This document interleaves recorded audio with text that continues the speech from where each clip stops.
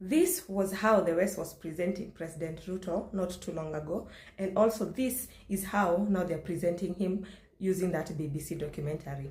I want to tell you guys, I want to explain to you guys how this documentary is the best thing that could happen to us, watu wenye tunataka Ruto ashuke. Wacha kwanza tujiulize, who is BBC Africa? BBC Africa iko funded na BBC. Now BBC is the British Broadcasting Channel. Iko fully funded na the government ya Britain. Now, as you can see here, they also have influence of the missions. Yani, missions zenye BBC wanafanya. So now, let me explain to you. You see, last year, vile IMF walikuwa wanaanza kukua blamed of the protest, walikuja forward wakasema they had warned Ruto about protest. In case iyo bill ipite, they had warned Ruto about the protest. But we all know who had come up with that bill. Kila mtu anajua ni nani alikuwa amedevelop hiyo bill. But wakaambia president, you must sign the bill into law ndio uweze kumeet your revenue targets.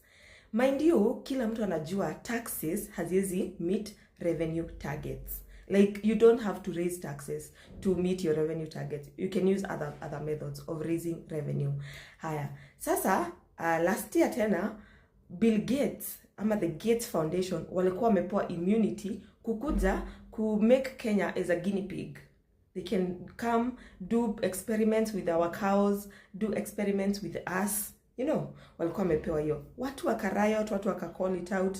Until Bill Gates, the Gates community yenyewe, the Gates Foundation yenyewe, ikajitoa, ikasema, si hatutaki.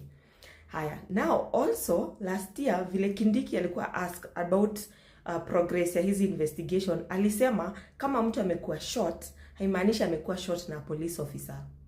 So now BBC, they have taken it upon themselves to investigate and actually pinpoint the police officers. But if you could not, wali focus most on the KDF guy.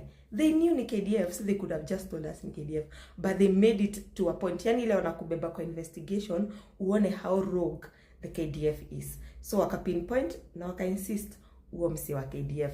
Kumbuka last year, vile kulikuwa na hizo protest, Ruto alikuja akasema the Ford Foundation ndio inafund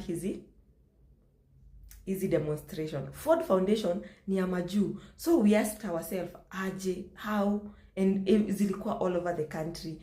Yeah, and understand what was going on. It was the West on play. Sawa. So now, after wameona Ruto is ni kama losing it, Ruto akawaambia, wacheni nizunguke the country, ama Ruto in his wisdom akasema atazunguka the country, hizo tours zenye alikuwa na make za Mount Kenya, za coast, za nini, za northeastern hizo, kuenda kuonyesha hata kama niko unpopular online, bado niko very popular kwa ground. But government ilisha lose the information war. Watu walikuwa na post online wakilipwa, watu walikuwa na post online wakimbu, wakimheko, na wakisema wataki kumsikia, waki walk out on his rallies. So tena the West ikaona, this guy hako na watu hawamtaki kabisa. So now they had to implement another tactic, kwa sababu now everything they want to bring. Kumbuka, go through BBC documentary zote, hakuna hata moja yenye ilikuwa inakashifu Uhuru, hakuna hata moja ilikuwa inakashifu Kibaki. Ilikuwa tu, they were just playing a game. So this is the first one yenye inaonyeshana the rogue government that we have. Kumbuka Rivayala, hakuna documentary ilifanywa on Rivayala. BBC mostly focusing in a socio-economic documentaries, like hizo social something. So hii imekuja ikatuonyesha the KDF is rogue. What does that mean? Inamaanisha na watu wenye wako kwa KDF ndani wataanza kukua na conflicts. Wakishaanza kuwa na conflict, kumbukeni since last year vile MPs waliita KDF wakuje kwa streets, hawajai recall that. They have never been sent back to, like officially they have never been sent back to the barracks officially. So if they would come kwa streets, they would be within their rights. Bado parliament haija revoke that. So usidhani ati it's by, kumbuka kwa hiyo documentary walikuwa naeka vitu specific. wakisema Ruto, why are you killing us? Hawakutuonyesha protest ilikuwa a 3 days 4 days event. Hawakutuonyesha the good side of the protest. Hawakutuonyesha MPs wakichapa, hawakutuonyesha they focused on something.